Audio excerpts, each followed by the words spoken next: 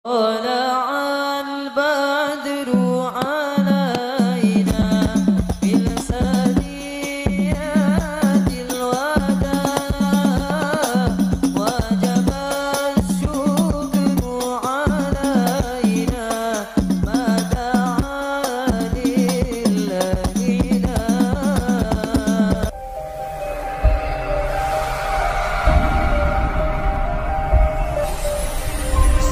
لا. الله الرحمن الرحيم. Bismillahirrahmanirrahim. Bismillahirrahmanirrahim. Alhamdulillah. Alhamdulillahillazi ja'ala walila Ibrahim imaman lana wa lisairil bashar. Alhamdulillah. Alhamdulillahillazi arsala rasulahu bil huda wa dinil haqq liyuzhira 'ala dini kullih walau karihal kafirun. Asyhadu an la ilaha illallah wahdahu la syarikalah wa asyhadu anna Muhammadan abduhu wa rasuluh. La ilaha illallah al-malikul haqqul mubin Muhammadar Rasulullah as-sadiqul wa'dul amin. Allahumma salli wa sallim ala sayyidina Muhammadin al-mukhtar wa ala alihi wa ashabil ahyar. Ya ayyuhalladzina amanu taqullaha wal yaqulu qawlan sadidan yuslih lakum a'malakum wa yaghfir lakum dzunubakum wa may yuti'illah wa rasulahu faqad faza fawzan 'azima. Qala Allah ta'ala fi kitabil karim bismillahirrahmanirrahim. Wal 'asri innal insana lafi khusr illa alladziina aamanu wa 'amilus shalihat wa tawassaw bil haqq wa tawassaw bis shadaqallahul azim. Bismillahirrahmanirrahim. Inna a'tainakal kautsar fasholli li rabbika wanhar inna syani'aka wal abtar. Shadaqallahul azim.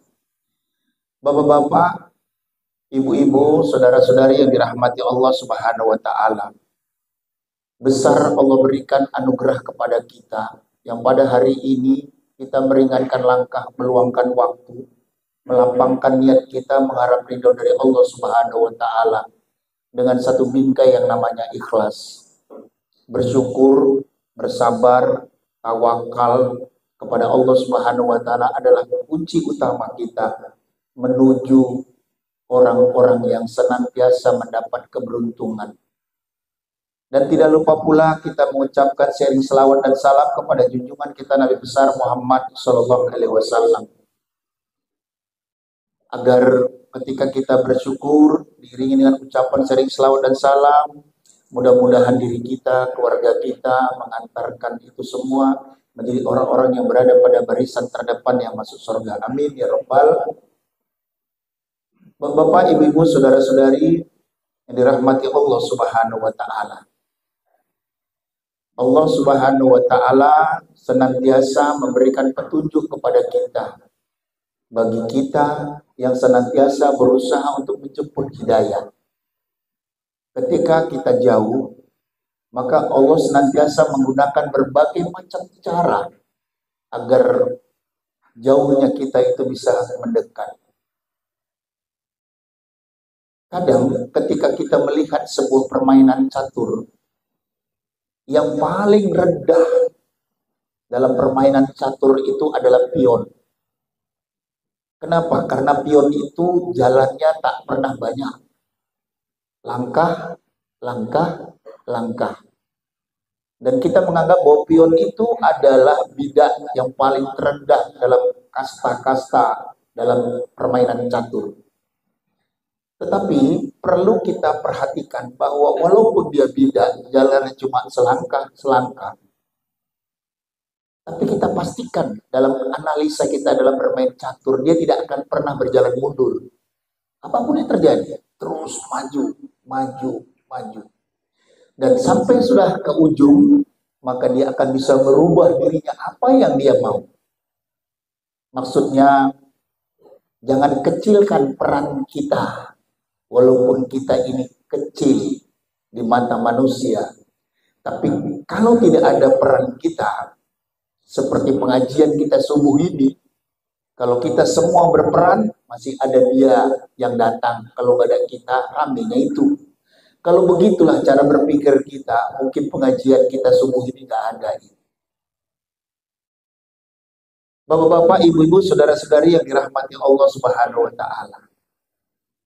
Maka peran saya sebagai seorang ustadz, seorang penceramah ini tidak juga kecil, besar sekali.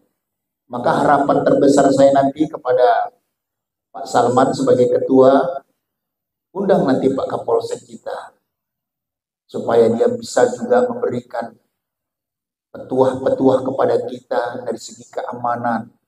Undang juga sekali-sekali Pak Camat kita, ya kan?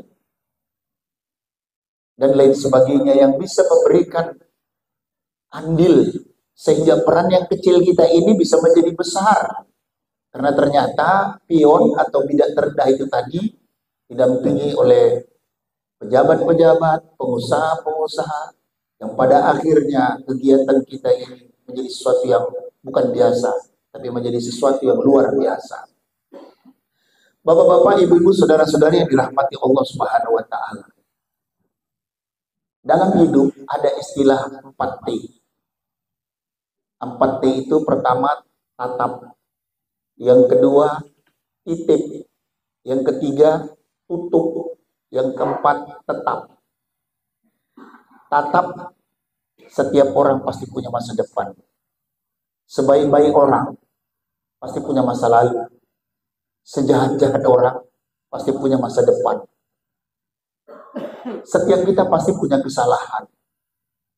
Kalau dalam bahasa yang agak lebih keren, segemuk-gemuk ikan pasti ada tulangnya. Sekurus-kurus ikan pasti ada dagingnya. Sebaik-baik orang pasti ada buruknya. Seburuk-buruk orang pasti ada baik-baik.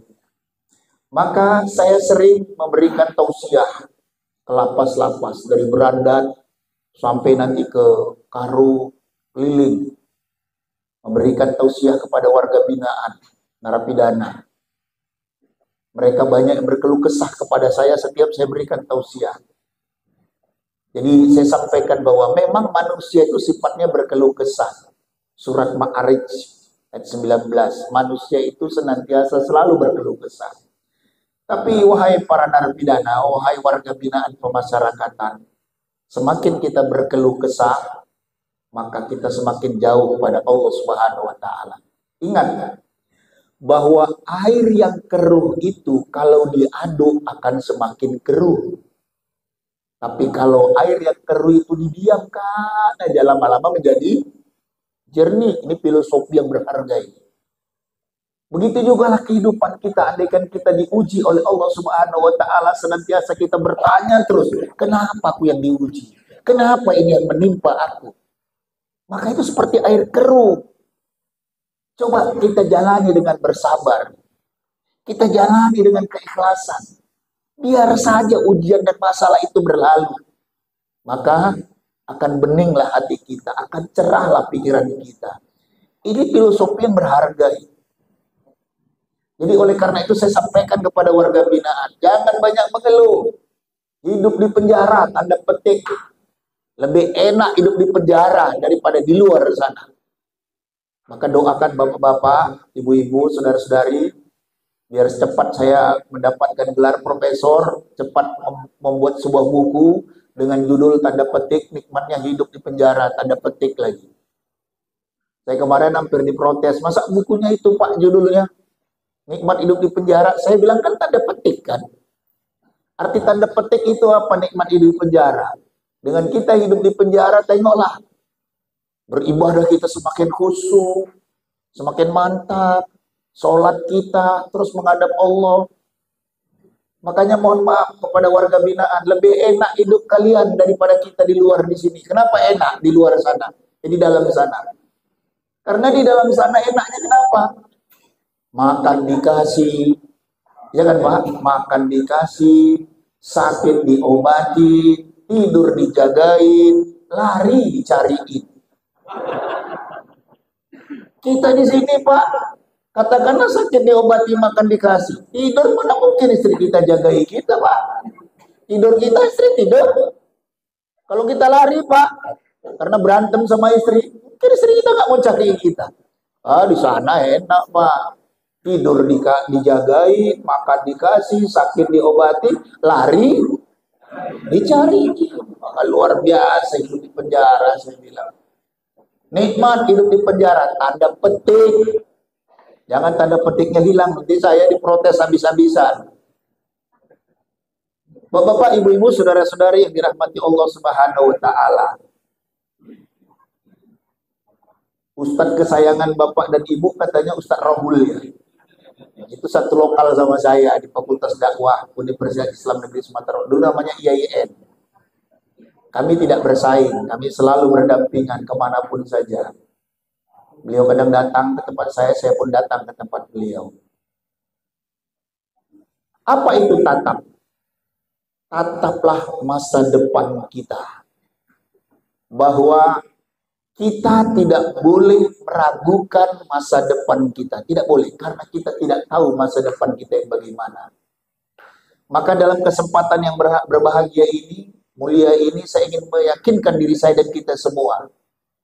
Kita tidak boleh menjelekkan orang. Kita tidak boleh menghina orang, walaupun dia bekas narapidana, walaupun dia warga binaan. Tidak boleh. Karena kita tidak tahu masa depan kita itu bagaimana sebenarnya nanti. Jangan-jangan kita menghina warga binaan, narapidana, satu saat anaknya atau dianya sendiri masuk di dalamnya. Maka itu dilarang. Tatap masa depan kita. Semua kita punya masa depan. Satu. Yang kedua, titip. Titip harta kita. Titip doa kita sama Allah Subhanahu wa taala. Kalau ada yang bilang bahwa harta kita nggak bisa dibawa mati, siapa yang bilang? Memang betul, mobil, rumah, kulkas, ya kita masukkan ke dalam lubang kubur, ya nggak bisa. Tapi makna yang lebih jauh itu apa? Bahwa harta tidak bisa dibawa mati. Bisa, maknanya apa itu? Kita punya harta, titiplah sama anak yatim piatu, titip sama pembangunan masjid, titip sama panti asuhan, panti jompo dan lain sebagainya, titip. Nanti kalau kita sudah meninggal, kita tinggal tagih pada mereka semua. Itulah amal kita dikubur di akhirat. Titip. Yang ketiga, tutup aib kita, tutup aib orang. Kenapa? Karena sampai detik ini Allah tidak pernah membuka aib kita. Saya asal sholat tahajud saya kadang menangis dalam berdoa. Kenapa? Banyak kalilah aib awak.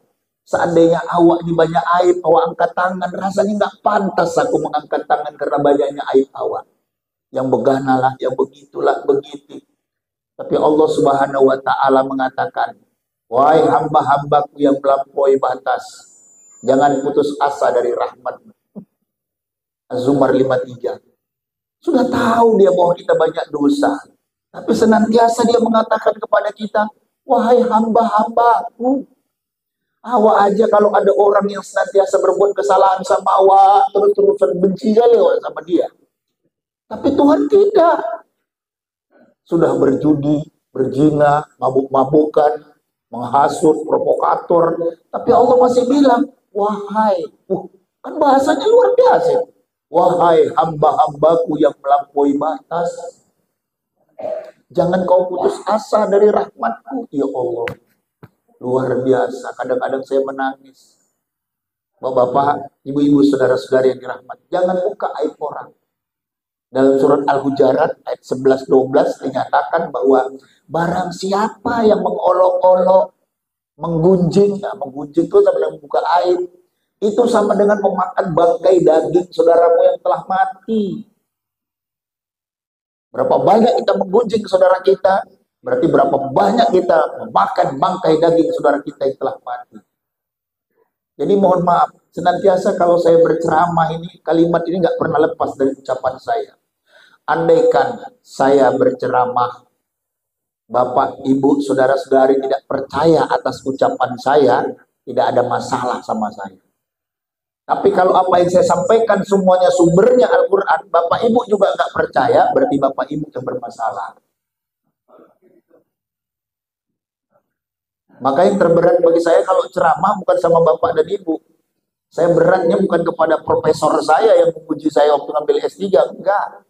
Yang paling berat saya ceramah itu di kampung halaman saya sendiri, dengan keluarga sendiri ketika arisan. Itu berat sama awak. Karena dia tahu kayak mana awak lahir, besar. Jadi cara mengantisipasi strateginya adalah buka Al-Quran, baca surat ini, ayat ini. Karena kalau kita sudah buka Al-Quran, baca ayat ini, nggak bisa ada bantahan. Karena apa yang tertulis dalam Al-Quran itu semua benar.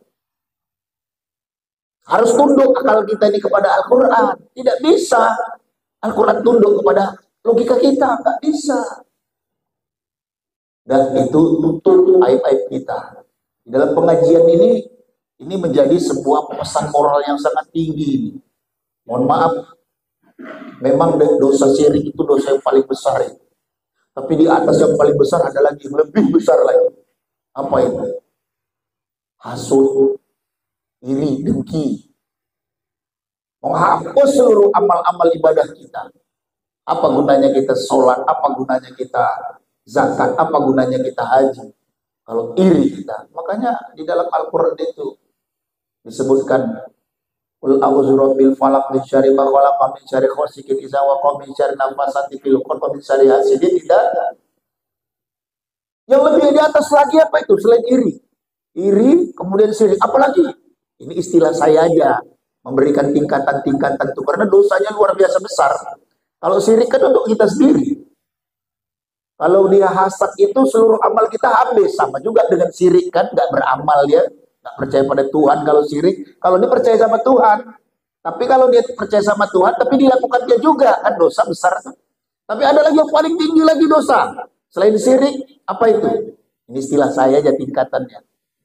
Provokator berbuat kejahatan ini lebih tinggi lagi. Kenapa itu paling tinggi? Karena seandainya dia pun meninggal, dia provokator hidup di dunia, berbuat kejahatan. Orang yang diprovokatorinya itu semua, ketika dia meninggal, ngalir terus tuh dosanya. Ngalir. Karena gara-gara kau dia berbuat kayak gitu. Tuhan lain sebagainya. Ini bahaya luar biasa. Maka sudahlah kita hidup ini berbuat baik saja. Nggak rugi kita berbuat baik. Yang rugi itu menyalahgunakan kebaikan dan menyalahgunakan kepercayaan. Itu yang rugi.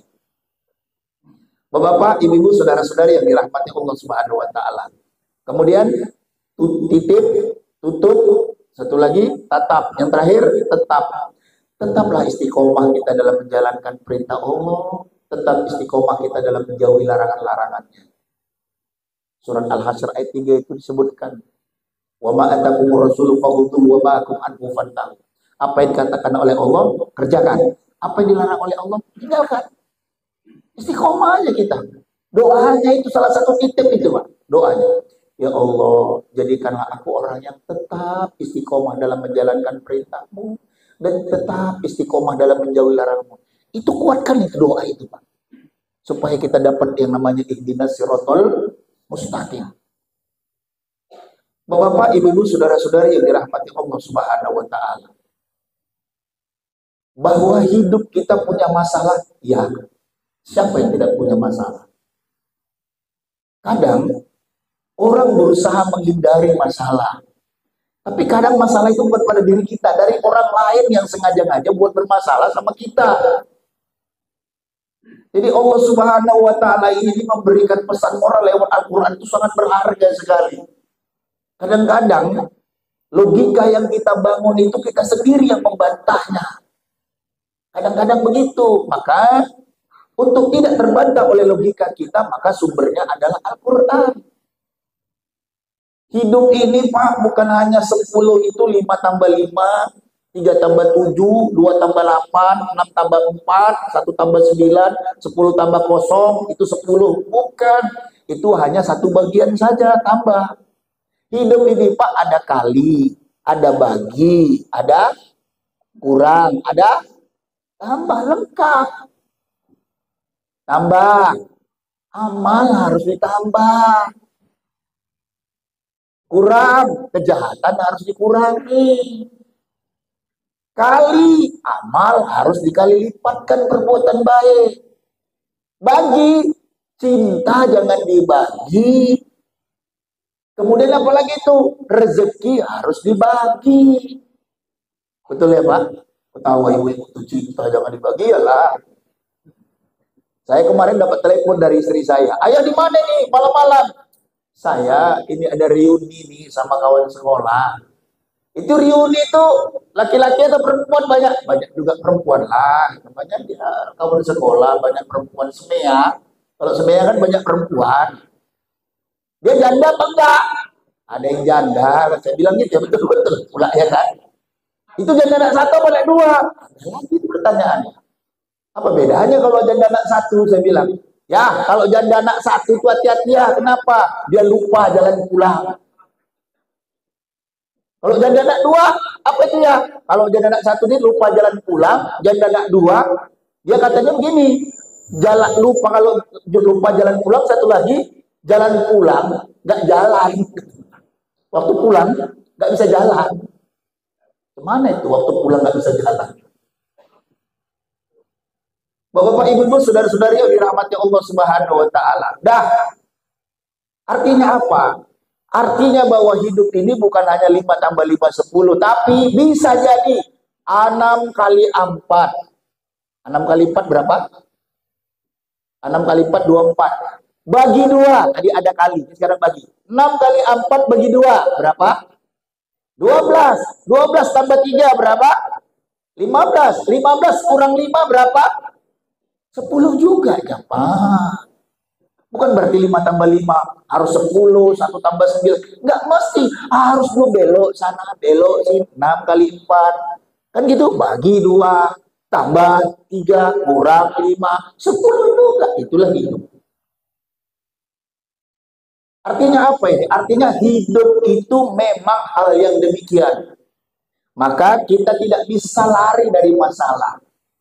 Orang yang lari dari masalah berarti keimanannya perlu dipertanyakan. Sebab ketika kita lari dari masalah, maka semakin besar peluang masalah itu tidak bisa diselesaikan. Maka apa yang harus kita lakukan? Yang kita lakukan hadapi masalah. Itu betul. Apa itu masalah? Masalah itu adalah berbedanya antara harapan dan kenyataan. Harapan kita maunya begini, tapi kenyataannya tak begini. Ini masalah. Nah, ketika masalah itu datang kepada kita, maka kita bertanya, kenapa masalah itu datang terus kepada kita? Pak, Ibu sekalian, saya mau tanya dulu. Paku. Guna paku itu adalah melekatkan satu kayu dengan kayu yang lain. Dia sebagai lem dia. Kalau kita mencari paku untuk menguatkan paku itu antara satu kayu dengan satu lain, maka yang kita cari itu paku yang mana Pak? Yang lurus atau yang bengkok? Pasti yang lurus. Kalau yang lurus itu kita cari, sangat mudah kita satukan kayu yang lain. Kenapa? Karena paku itu lurus adanya. Dan paku yang lurus ya harus berkali-kali dipukul. Beda dengan kayu yang bengkok. Orang malas pukulnya. Karena dibengkokkan bagaimanapun dia pasti nanti pada waktu dipaku bengkok juga. Karena awalnya sudah bengkok. Jadi kalau ada pertanyaan Bapak, Ibu, Saudara-saudari, kalau ketika kita punya masalah, terus masalah lain datang, itu seperti paku, kita dipukul terus. Supaya apa? Supaya menyatukan diri kita kepada Allah Subhanahu wa taala. Begitu filosofi hidupnya. Ini yang saya sampaikan semua ini daging semua nih lupa. Memang tak ada banyak lawak-lawaknya. Daging semua. Maksudnya daging itu ya ada isinya lah. Itulah kurang lebih. Jadi kalau Bapak, Ibu, Saudara sekalian, kalau ditanya kenapa mesti saya saja terus mendapatkan ujian dan cobaan dari Allah Subhanahu, ya karena saudara itu paku. Yang apabila dipaku terus-terusan, maka kayu yang di atas akan bisa merekat dengan paku yang lurus tadi. Maka ketika kita ihdinas siratal mustaqim, maka disitulah kita bisa berjumpa dengan Allah Subhanahu wa taala. Bagaimana kita bisa berjumpa dengan Allah Subhanahu wa taala kalau kita terus-terusan ditokok, diberikan ujian dan cobaan? Dijadikan oleh Allah kita menjadi orang yang beruntung, orang soleh, orang beriman, orang bertakwa. Orang yang bertakwa adalah orang yang paling mulia di sisi Allah. Inna akramakum indallahi atqakum. Mau jumpa dengan Allah ya harus menjadi orang beriman dan bertakwa. Filosofi. Dan apakah kita bisa menghindar dari masalah? Tidak bisa. Kita semua punya masalah. Bapak, ibu punya masalah, nggak datang dari istri, datang dari suami, nggak datang dari suami istri, dari anak, nggak bisa dari anak nanti ya dari saudara kandung, dari tetangga, macam lah itu ada.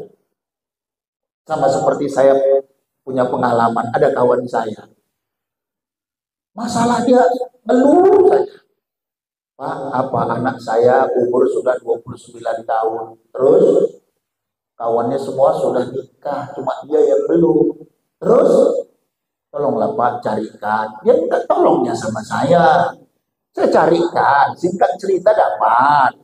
Begitu dapat berjodoh, suka orang tuh. Kawan ini nanya, dari mana dia asalnya? Oh, dulu dia bekas preman terminal Pinang Baris. Bawa tato, terus aduh Pak, aku minta tolong sama Bapak yang bagus lah Pak. Masa bekas terminal preman terminal Pinang Baris? Nggak ada yang lain. Tadi ngeluhnya Pak, nggak dapat jodoh. Sudah dapat jodoh, ngeluh. Udah, singkat cerita, nikahlah mereka. Begitu nikah, 2 tahun. Tengoklah Pak, Bapak jodohkan kayak gitu. Aku kepingin nimang cucu. Juga 2 tahun berumah tangga, 1 pun tak ada. Ngeluh lagi dia. Tadi nggak dapat jodoh kan? Udah dapat jodoh, harusnya bersyukur. Nggak bersyukur juga. Sudah 2 tahun berumah tangga, nggak juga punya anak. Tahun ketiga rupanya punya anak. Senanglah dia. Tahun keempat, baru 8 bulan itu lahir, tiba-tiba udah ngandung sebulan. Marah bapaknya. Itulah tengok Pak, yang Bapak jodohkan itu. Belum lagi dia 9 bulan apanya. Belum lagi, baru lahir anaknya 8 bulan. Ini dah hamil lagi, kesundulan. Tengoklah, kayak mana itu kayak gitu. Kayak itu yang Bapak jodohkan. Ngeluh lagi. Jadi kapan nggak habis-habisnya hidup ini, cobalah begitu. Dia mau punya anak, dikasih anak 2 dalam waktu yang singkat, 5 tahun, dia ngeluh, protes. Nah inilah hidup manusia, itu surat Ma'arij tadi. Manusia itu hidup berkeluh kesah. Satu. Yang kedua, bahwa setiap masalah itu pasti ada pada diri kita. Gak mungkin gak ada, pasti ada. Yang paling penting adalah coba dulu sikapi masalah itu. Ayo, kalau masalah itu kita jadikan sebagai sebuah musibah, maka rumus musibah 2. Apa itu? Lupa sama jauh. Kalau masalah itu musibah, lupa sama jauh. Tapi kalau kita jadikan semua masalah itu menjadi anugerah, lawan lupa apa Bu? Ingat, lawan jauh. Maka orang yang punya masalah itu pasti rumusnya cuma 2. Yaitu ingat sama dekat. Kalau dia udah ingat sama dekat, itu rumus ketika dia punya masalah bahwa itu dapat anugerah. Maksudnya ingat dekat apa? Ingat sama Allah, dekat sama Allah, ingat sama keluarga, dekat sama keluarga. Itu anugerah. Jadi, ibu bapak saudara-saudari punya masalah bukan berarti ibu bapak dihukum dan diajak. Tidak, jangan berpikiran negatif seperti itu. Coba kita putar balik cara berpikir kita yang baik. Ketika kita punya masalah, itu artinya Allah Subhanahu wa Ta'ala ingin segera kita kembali kepadanya. Itu cara Allah saja, agar kita senantiasa lebih dekat kepadanya. Maka para warga binaan saya ingatkan, kenapa bapak ibu saudara masuk kemari? Itu cara Allah untuk menyayangi bapak ibu, supaya bapak ibu bisa dekat kepadanya. Ayo, kalau mohon maaf, dokter ketika kita sakit, kita jumpa dokter. Oleh dokter kita dikasih obat. Dokter tidak bisa menjamin bahwa obat itu akan dapat menyembuhkan kita. Ingat, saya sebagai dosen di Universitas Islam Negeri Sumatera Utara, mahasiswa saya banyak. Ketika mereka nanti selesai, walaupun saya dosen sudah S3 doktor, saya juga nggak menjamin kalau mahasiswa saya nanti kalau lulus menjadi orang sukses. Nggak jamin saya, nggak janji saya. Tapi kalau Allah sudah berjanji, mana pula lah Allah nggak menepatinya. Ayo berdoa kau, doalah kau, kata Allah, kujanjikan pasti kau kabulkan. Kapan dikabulkan itu bukan urusan kita. Urusan kita adalah, ayo angkat tangan. Ayo, urusan kita angkat tangan. Selebihnya biarkan Tuhan campur tangan. Betul Ibu ya? Selebihnya biarkan Tuhan campur tangan. Ayo, silakan. Terus berjanji Allah, Setiap kau punya kesulitan, akan aku janjikan pasti di sana ada kemudahan. Apapun kesulitan yang kau tempuh, pasti ada kemudahan. Kita punya kendala, Allah punya kendali. Kita punya masalah, Allah punya solusi. Ketika kita beli gembok di Panglong, pasti akan dikasih. Udah selesai. Mana ada orang beli gembok di Panglong, kunci gak dikasih. Mau apa gemboknya itu, coba bayangkan. Atau terbalik, kunci dikasih, gembok gak ada, untuk apa? Artinya apa? Semua masalah yang dibuat oleh Allah Subhanahu wa Ta'ala, cara Allah saja agar dinamika kehidupan kita semakin kuat. Semakin banyak kita punya masalah, semakin dewasa diri kita. Maka doakanlah banyak-banyak masalah supaya jadi dewasa. Kan begitu. Bapak-bapak, ibu-ibu, saudara-saudari yang dirahmati Allah Subhanahu wa Ta'ala. Yang paling menarik ini adalah ketika kita punya masalah, jangan mengadu kepada orang lain. Saya ketika saya tausiah di penjara-penjara itu, di lapas-lapas, di rutan-rutan itu, saya sampaikan, wahai bapak, ibu yang baru masuk dari luar sana, baru masuk ditahan di penjara ini. Ketika kau punya kasus, jangan kau ceritakan kasusmu sama kawan. Jangan. Ayo, kau ceritakan kepada Allah. Saya ingatkan kepada mereka. Walaupun kau punya masalah, tidak ada bahu tempat kau menyandar, tapi usahakan kau jadikan sajadah tempat kau bergelar. Silakan. Dari sejadah kau hamparkan. Ayo, kau sandarkan harapanmu kepada Allah Subhanahu wa Ta'ala. Kalau kau baru masuk, kau tanya kawanmu, kasusku kayak gini, nanti kayak mana kalau di pengadilan, apa yang harus kulakukan kepada hakim, macam mana kalau ditanya jaksa. Kawannya bilang, udah, kau bilang aja nggak tahu, nggak ingat, lupa. Nggak tahu, nggak ingat, lupa. Asal ditanya sama hakim, sama jaksa, nggak tahu, nggak ingat, lupa. Itu aja kau tanya. Oh itu, ya, tanya. 4 bulan proses pengadilan. Terakhir, kena hukum 10 tahun. Kau tanya, nangis dia sama saya. Pak, saya dihukum 10 tahun. Kok bisa kau 10 tahun? Kau sebelumnya itu kau bertanya sama siapa? Konsultasi sama siapa? Ya saya berkonsultasi sama orang yang pernah menjalani hukuman lah Pak, persidangan. Salah. Kau tanya sama siapa? Si Fulan Pak. Ah, kan kau tanya sama si Fulan, wajar kau kena 10 tahun. Kenapa? Karena si Fulan tuh hukumannya 15 tahun. Oh ikuti dia, ya parah. Saya bilang, coba kau sadarkan kepada Allah Subhanahu wa Ta'ala. Pertama, akui dulu kesalahanmu. Betul kau punya salah, bertobat. Karena manusia tidak pernah punya salah, pasti punya salah. Akui dulu. Baru kau minta ampun kepada Allah Subhanahu wa Ta'ala, baru kau utarakan apa keinginan.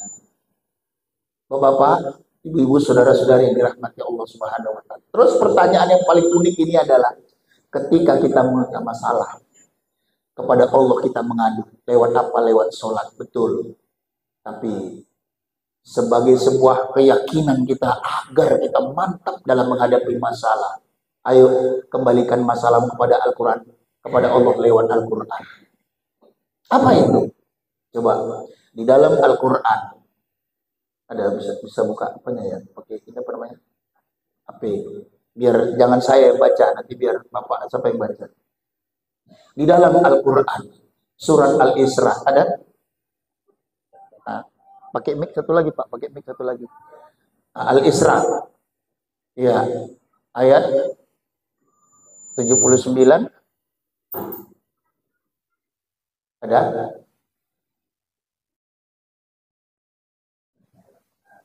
Ada. Pakai mic-nya, pakai mic-nya. Ya.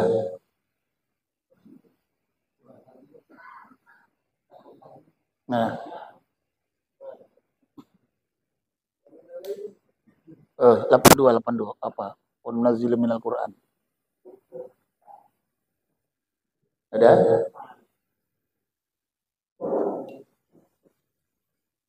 Oke, jadi jangan saya yang baca. Nanti kalau saya yang baca bisa belok-belok artinya kan? Nah, ini Pak, ini nah artinya. Ada. Nah. Ya. Ini Pak.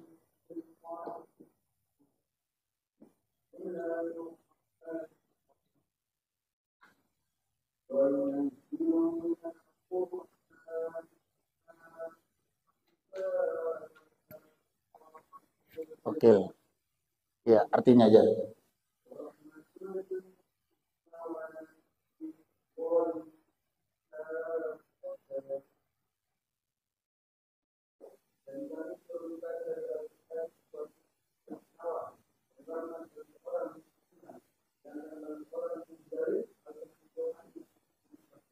Kuturunkan Al-Quran tidak kuturunkan Al-Quran sebagai obat, sebagai penawar. Jadi ketika kita punya masalah, ayo kembali kita kepada Al-Quran. Ayo, karena Al-Quran itu adalah obat sama kita. Ayo, ayo.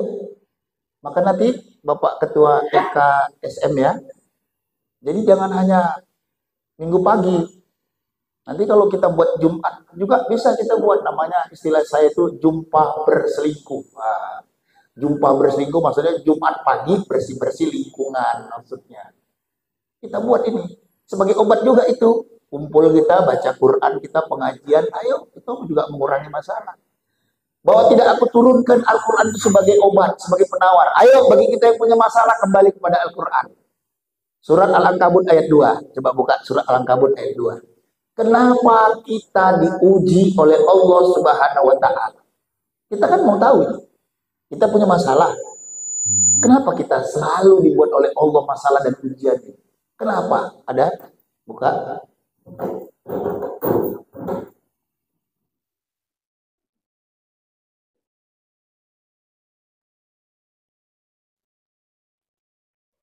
Ada? Ayat 2.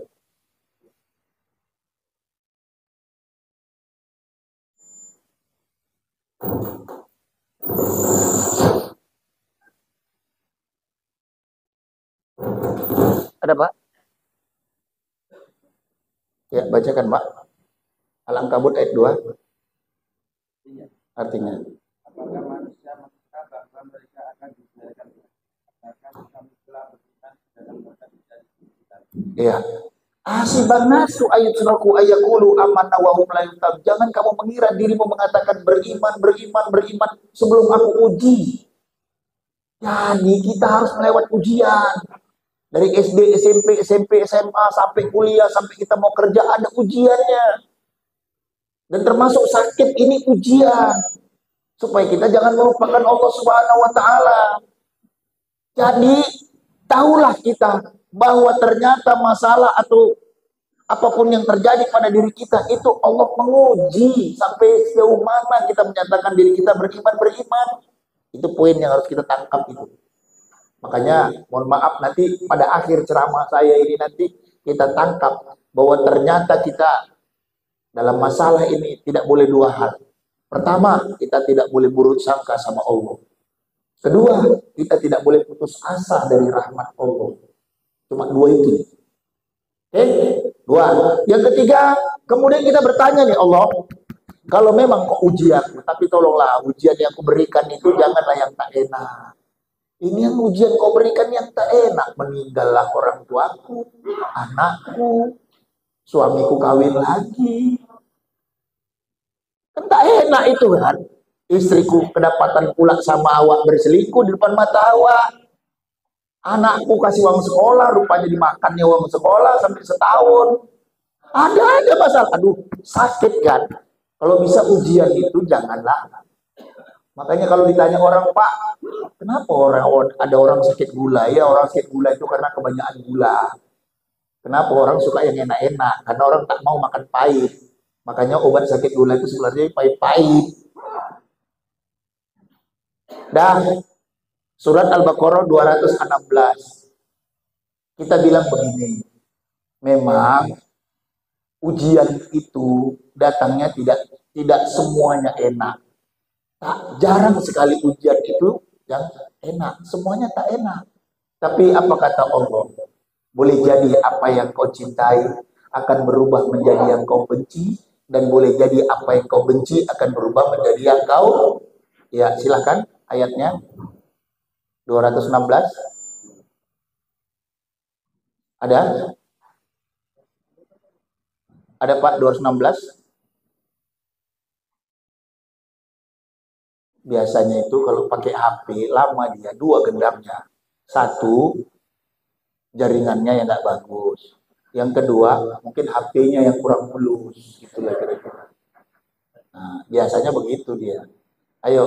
Diwajibkan atasmu berperang, Ah. padahal itu kamu boleh jadi kamu membenci sesuatu, padahal itu baik bagi, dan boleh jadi kamu menyukai sesuatu, padahal itu buruk bagi. Iya, stop. Boleh jadi apa yang kau benci akan berubah menjadi kau cintai. Boleh jadi apa yang kau cintai berubah menjadi yang kau. Tidak selamanya yang kasar itu bagus. Tidak selamanya yang lembut itu mulus. Tidak. Parutan kasar enggak? Kasar tapi bagus enggak? Bagus. Lembut, lumut, bagus, lembut, lumut enggak juga. Lumut itu kalau kita injak bisa jatuh, licin. Betul ya? Kita kira bahwa dibakar api hangus, nggak selamanya yang dibakar api hangus. Batu bata semakin dibakar semakin kuat dia. Itulah ceramah kalau di penjara. Semakin bapak masuk penjara ini dibakar dengan emosi bapak yang luap, semakin bapak di dalam mengerti tentang kehidupan, di dalam mengerti tentang arti hidup, semakin kuat bapak tegar menghadapi kehidupan ini. Batu bata kan gitu kan, semakin dibakar semakin kuat, hancur. Jadi segala sesuatu, makanya mohon maaf, jangan otak kita ini menundukkan Al-Quran. Tidak. Al-Quran ini yang harusnya menjadi pedoman bagi otak kita. Terus ada yang bilang, kalau hidup kita nih Pak, kalau mau sehat harus banyak makan sayur. Sayurlah yang membuat kita sehat. Terus di otaknya bilang, kau bilang sayur yang membuat otak kita. Gajah, tiap hari makan rumput. Tapi kenapa? Itu rumput itu kan sayur. Besar badannya. Panda tiap hari makan daun bambu, ya kan? Besar badannya. Badak tiap hari makan rumput, besar badannya. Jadi nggak selamanya yang makan sayur itu jadi langsing. Enggak. Tapi Pak, apalagi kalau Bapak rajin olahraga berenang, itu badan Bapak gemuk itu bisa jadi langsing Bapak berenang. Enggak juga. Ikan paus tiap hari berenang, besarnya badannya. Nah, otak, udah nil, ya otak juga kita ini, otak. Maka dalam istilah akademis itu disebut dengan ada namanya gagal paham, ada namanya salah paham, ada namanya kurang paham, ada namanya paham. Yang paling bahaya ini gagal paham. Dia merasa bahwa dirinya benar, orang lain salah, dia benar. Itu yang paling bahaya. Ada cerita seorang bapak naik capek ke atas bukit. Sampai di atas bukit, dia nengok orang di bawah bukit. Ketawa dia. Itu tengok itu, kok kecil kali kau. Tengok kok kecil. Ketawa dalam hati. Dia nggak sadar. Orang yang di bawah pun nengok dia. Itu kecil juga. Nggak sadar dia. Itu namanya gagal paham, Pak. Paham ya kira-kira? Katanya kita nanti habis pulang nih kasih makan nasi kotak. Begitu dibuka nasinya kok nasinya bulat. Katanya nasi kotak. Gagal paham.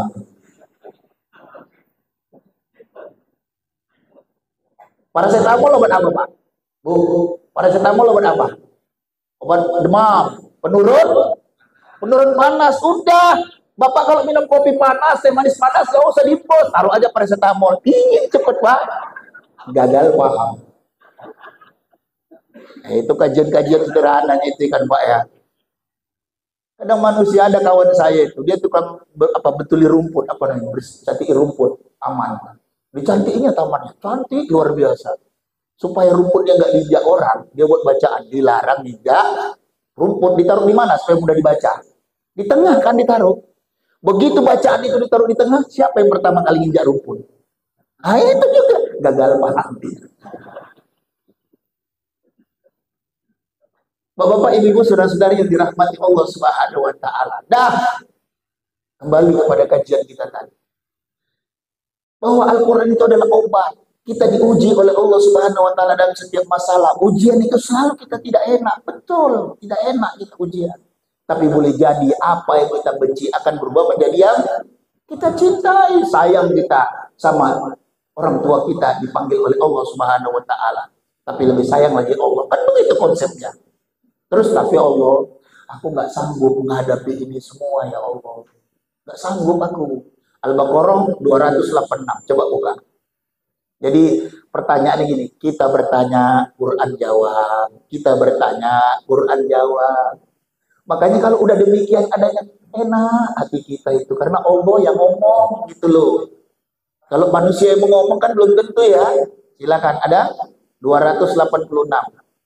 Apa bunyinya? Bisa Bapak dengar di sana? Saya kuat-kuat Pak. Ada 286. Ada? Ayo bacakan Pak. Hah?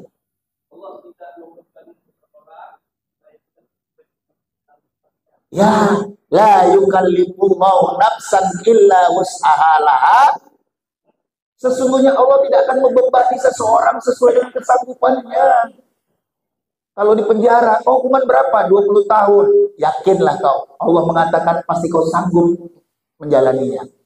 Karena kalau orang lain nggak sanggup, cuma kau lah yang sanggup.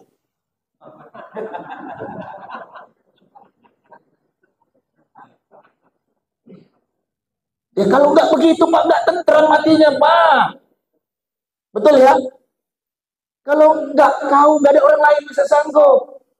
Hanya kau lah yang sanggup 20 tahun. Orang lain nggak sanggup. Belum sampai 20 tahun meninggal. Karena kalau di penjara gitu Pak, pada waktu kita macak ke proses persidangan, wah, suami istri wah, tetap sayang-sayangan. Begitu tahu dia suaminya, 20 tahun, 15 tahun, tanda petik banyak yang buat istrinya itu surat sakti ke suaminya minta cerai. Apa enggak? Goyang itu suami. Ini untuk meyakinkan, ini Allah meyakinkan dirinya. Cuma kau yang bisa sanggup menjalani, orang lain tidak. Cuma kau yang bisa. Ingat ya. Tapi Allah, apalagi kata Allah, 20 tahun cuma adalah sanggup ya Allah. Udah jalani saja. Bagaimana cara menghadapi ujian dan masalah ini ya Allah? Oh, kalau itulah pertanyaan kau bagus. Coba buka surah Al-Baqarah ayat 45.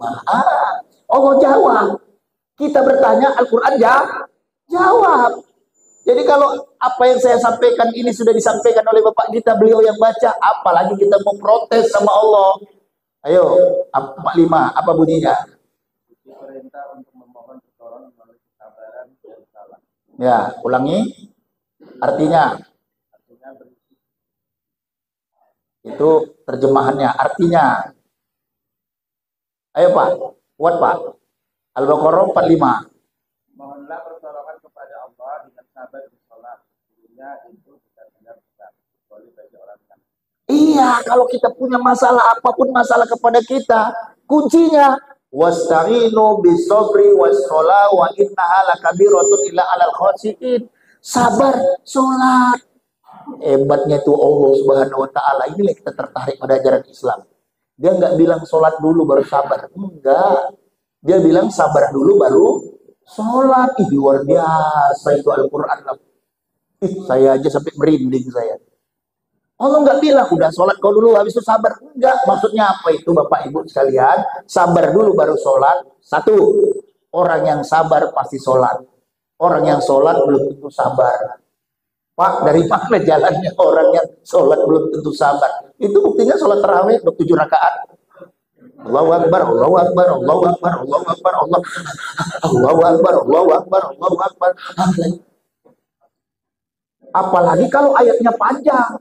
Wassama'i wat-thoriq. Dah, ayat pertama. Dan ayat kedua, wasyamsi waduhaha. Terus nanti lagi lanjut hal ataka, apa enggak pening kepala orang jemaahnya itu? Siapa yang sholat? Itu. Siapa itu? Wah itu. Waduh, wah itu memang kalau terawih 7 rakaat panjang-panjang. Dah, mulai besok aku nggak mau lagi sholat di situ. Pergi dia sholat ke masjid lain. Begitu besok ke masjid lain rupanya, wah itu juga imamnya. Pening kepalanya. Dah. Artinya apa itu? Segeralah sabar dulu kita. Maksudnya sabar itu apa yang kedua? Yakinkan dulu bahwa apapun masalah yang ada pada diri kita, itulah yang terbaik menurut Allah Subhanahu wa Ta'ala. Itu dulu. Bukan terbaik menurut kita. Maka ada istilah, Allah akan mengabulkan apa yang kita butuhkan, tapi belum tentu Allah mengabulkan apa yang kita inginkan. Ingat itu. Apa beda butuh dengan ingin? Kalau butuh itu memang sudah alami, sunnatullah. Kita lapar, kita minum, kita ngantuk, itu butuh. Allah kasih apa yang kita mau. Tapi kalau kita ingin harusnya baik teh putih, ada tadi jamu, ada bandrek, ada cola, ada es campur, itu keinginan. Nah, jadi kalau memang kita memang inginkan, ya sudah sabarlah. Dikabulkan ya itu, cuma sabar. Kalau kita berdoa mau dikabulkan, ayo konsisten kita tetap jadi orang beriman. Nanti babnya lain lagi. Babnya lain lagi tentang doa. Sudah, kita lanjut. Allah, tadi kau bilang suruh sabar. Iya, sabar dulu kau baru sholat. Yakinkan dulu bahwa ini ketetapan Allah yang terbaik menurutmu. Kau 20 tahun, ini yang terbaik menurutmu. Kenapa? Karena kalau ku kasih kau hukuman yang paling ringan, 2 tahun, habis itu kau bebas. Jangan-jangan kau nanti mati di luar sana. Jangan-jangan ketika kau berbuat maksiat kau mati. Udah lebih bagus kau di sini. Tapi gua nggak enak hidup di penjara. Iya, orang hidup di penjara kan nggak diundang, datang sendiri. Pegawai pun nggak mau undang kita kalau nggak datang kita, ya kan? Udah, nggak mau datang situ sendiri udah. Saya sampaikan, ketika dalam proses persidangan dia harus sabar.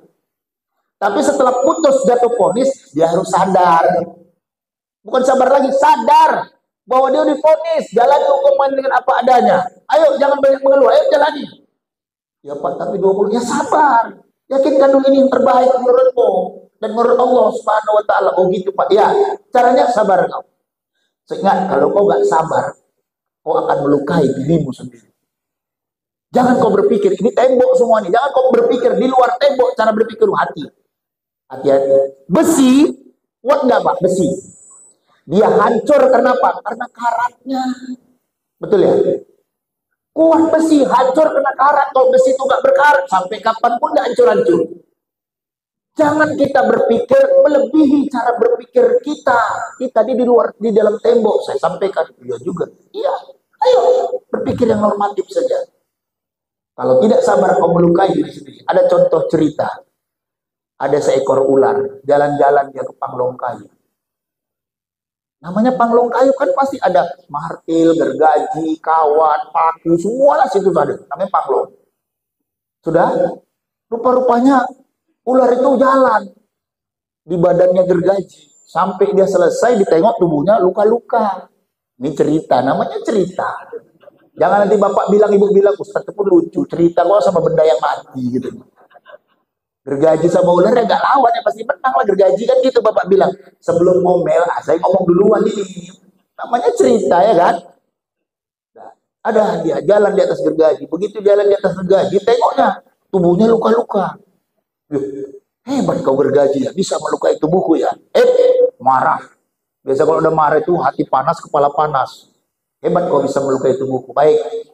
Aku kasih kau dengan bisa supaya kau mati. Dipatok ular pula dengan mengeluarkan bisanya gergaji. Sampai sekuat tenaga. Akhirnya mulut si ular tadi yang habis luka-luka. Tambah marah si ular. Namanya orang emosi kan begitu kan. Marah udah kalah tambah marah lagi. Bisa kau ya melukai tubuhku, melukai mulutku. Bisa kau keluarkan kau nggak mempan ya. Baik. Aku kasih jurus terakhir apa? Aku belit kau gergaji biar kau mati kata si ular. Dibelit lah bisa-bisa gergaji. Akhirnya matilah si ular. Jangan lagi ibu bertanya, iyalah Ustaz, gergaji udah mati kok lawannya ular. Jangan gitu ngomongnya lagi. Awak udah tahu dia mati, dia pasti ngomong kayak gitu. Tapi sebelum ngomong, saya ngomong duluan ya kan. Ini saya cerita. Artinya pesan moral itu yang bisa kita tangkap.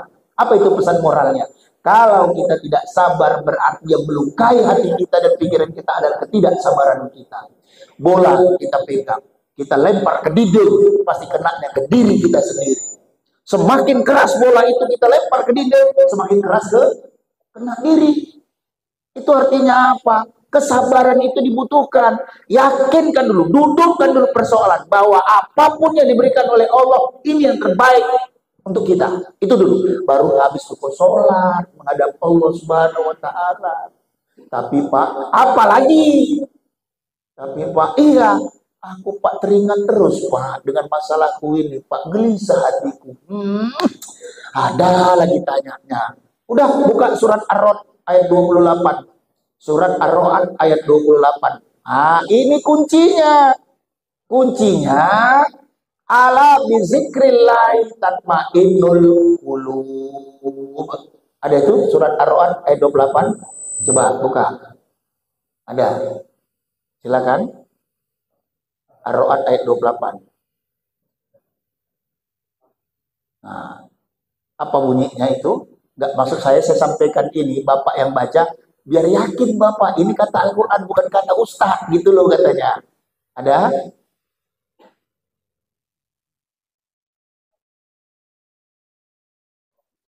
Ar-Ra'du, Ar-Ra'at, sama itu. Ar-Ra'd, nah. Ada, Pak? Ayat 28.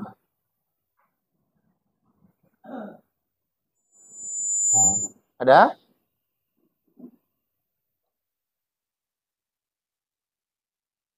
Ya, silakan baca, Pak.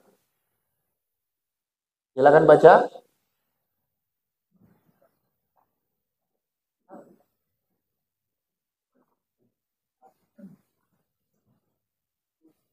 Ayo.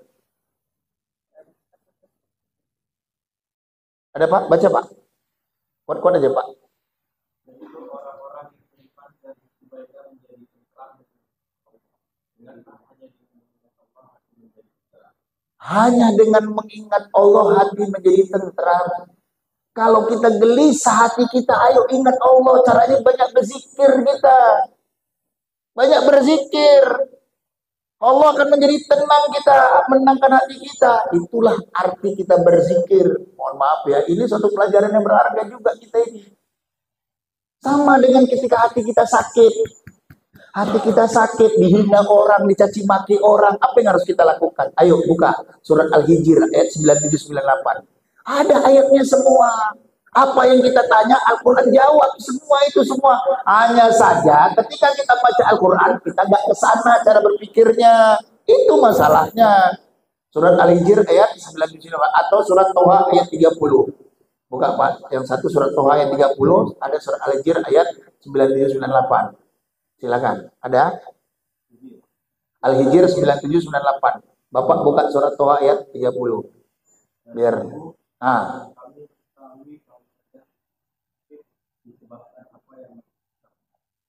Maka bertasbihlah dengan memuji Tuhanmu dan jadilah engkau. iya, Nabi Muhammad itu dadanya sempit karena dihina, dicaci maki orang, dilempari batu kepalanya, berdarah dan sebagainya. Sempit hatinya. Namanya udah dihina, siapa yang nggak sempit hatinya coba? Tapi Allah memberikan jawaban. Kalau kau digitukan orang, apa yang harus kau lakukan? Yang harus kau lakukan, hai Muhammad, katakan, bertasbih kau. Subhanallah, walhamdulillah, wala ilaha illallah, wallahu akbar. Bapak semalam gini-gini, dia marah di depan orang, tersinggung hati kita karena dia marah di depan orang. Kan gitu kan? Marah nggak kita kalau lihat kita dimarahin di depan orang? Marah, sakit hati kita. Tapi jangan kita balas. Jangan kita menjadi orang jahat dari sebab kita membalas perbuatan orang yang jahat. Betul Pak ya? Ucapkan aja, Subhanallah, walhamdulillah. Ada orang bilang, Bu, ibu perwiritan, kalau nggak baju seragam, ibu nggak boleh ikut wirid. Siapa yang bilang gitu? Sakit kali hatiku. Jangan sakit. Subhanallah, walhamdulillah, wala ilah. Ini lagi bapak-bapak asal ngaji. Belum lagi masuk masjid. Udah makan kue di sana sampai 2 biji. Macam mana kayak gitu mau ngaji kayak gini? Tersinggung yang dengar. Subhanallah, walhamdulillah. Ini perintah loh. Ini perintah Al-Quran. Bukan ucapan saya. Betul Pak ya? Betul Pak? Surat Toha. Ada tadi surat Toha 130. Supaya yakin kita bahwa perintah Allah bukan satu ayat. Banyak ayat. Ada Pak? 130. Ayo, surat Toha 130. Silakan. Kuat-kuat aja Pak bacanya. Ada? Bacakan Pak. Maka sabarlah engkau dan bertasbihlah dengan Tuhanmu sebelum matahari terbit dan sebelum terbenam, dan bertasbihlah pula pada amalan dan di ujung siang hari agar engkau merasa. Ya, sabar. Bertasbih. Ada juga itu. Berarti ayatnya ada kan Pak? Dah, jangan kita menjadi orang jahat karena kita membalas kejahatan mereka. Hati-hati, jangan. Sudah, itu perlu diingat kepada kita. Terus kita bertanya gini, Allah, aku sudah berzikir, aku tenanglah hatiku. Pertanyaanku ya Allah satu terakhir, apa itu? Untuk apa semua ini kau lakukan ya Allah kepada kami? Kan kita gini, banyak sudah masalah. Penguji aku, mau suruh aku sabar dan sebagainya. Surat Al-Imran 139. Buka Pak. Untuk apa semua ini kau berikan kepadaku ya Allah? Ini mohon maaf Pak ya, apa yang saya sampaikan ini muatannya muatan Al-Quran. Kita nggak bisa membantahnya Pak. Mohon maaf. Jadi kalau ada yang membantah Pak gini-gini, nggak ada itu. Ini semua Al-Quran. Ada Pak 139. Untuk apa semua ini? Allah bilang, jangan kau lemah. Jangan kau bersedih dalam masalahmu ini. Ayo, ada Pak? Terus kita bacakan Pak. Kuat-kuat. Dan janganlah kamu merasa lemah, dan jangan pula bersedih hati, sebab kamu paling tinggi derajatnya, dan kamu paling tinggi. Artinya apa? Kalau kita punya masalah, mendekat kepada Allah Subhanahu wa taala, tidak buruk sangka padanya, tidak putus asa dari rahmat Allah, senantiasa selalu bersabar, senantiasa selalu berzikir, pasti kau akan diangkat oleh Allah derajatnya. Cuma jangan kau bersedih, jangan kau lemah. Ini Al-Quran yang bilang. Pas ya Pak? Oke. Saya pikir ini sajalah dulu pengajian kita. Sudah mantaplah keyakinan kita. Setiap kita punya masalah, kembalikan masalah itu kepada Allah lewat Al-Quran. Cocok? Dan apa yang saya sampaikan tidak bisa dibantah. Karena Allah yang berkata demikian. Kalau ada yang protes, jangan protes sama saya. Protes saja sama Allah Subhanahu wa ta'ala. Mudah-mudahan apa yang saya sampaikan ini bisa bermanfaat bagi kita semua. Satu hal yang ingin saya sampaikan lagi, apa itu? Bahwa setiap masalah yang diuji oleh Allah Subhanahu wa ta'ala, ini sebenarnya kita digodok dalam kehidupan ini. Direbus kita ini. Kalau bahasa Jawanya seperti kawah candra di muka ini ujian. Ingat, wortel itu keras. Tapi ketika direbus jadi lembek. Ketika kita hatinya keras, pikiran kita keras, direbus kita dengan berbagai macam ujian dan masalah, hati kita akan menjadi lembek. Telur mudah pecah. Tapi begitu direbus menjadi lembeknya hati kita dalam menghadapi ujian dan cobaan ini, akhirnya kita akan menemukan kekerasan kita untuk dekat dengan Allah Subhanahu wa ta'ala. Keras kita untuk senantiasa selalu ingin dekat kepada Allah Subhanahu wa ta'ala. Tidak ada pilihan. Itulah jalan terbaik kepada kita. Bapak-bapak, ibu-ibu, saudara-saudari yang dirahmati Allah Subhanahu wa ta'ala, ini saja pengajian kita pada subuh yang penuh dengan kebahagiaan, keistimewaan, keberkahan, dan keampunan serta kasih sayang Allah diturunkan kepada kita. Mudah-mudahan Allah mencatat amal perbuatan kita karena kita bersilaturahmi mendengarkan pengajian. Catatan ini bisa dibawa nanti di alam kubur maupun di akhirat. Mudah-mudahan dengan catatan ini memudahkan kita masuk kepada barisan terdepan orang-orang yang masuk surga. Amin ya robbal. Kata guru saya, kalau jadi penceramah, lihat cara duduk jemaahnya. Kalau silo berarti duduk jemaahnya itu silo baik, lampu hijau, kau siap memberikan ceramah. Kalau lampu kuning, kau tengok duduk jemaahnya. Dungkul kanan, dungkul kirinya dirapatkan dengan tangan kanan dan kiri. Itu siap-siap berhenti ceramah. Tapi kau tengok duduk jemaahnya, kalau banyak yang selonjor, itu lampu merah. Berarti sudah siap lampu ceramah, jangan kau lama-lamai lagi. Saya pikir sana sudah banyak yang selonjor, nggak apa-apa. Tapi ilmu harus disampaikan. Ilmu harus disampaikan. Kenapa huruf A, habis itu huruf B? Kenapa huruf A, C? A itu artinya adab, B artinya berilmu. Beradab dululah baru bisa kita mendapatkan ilmu.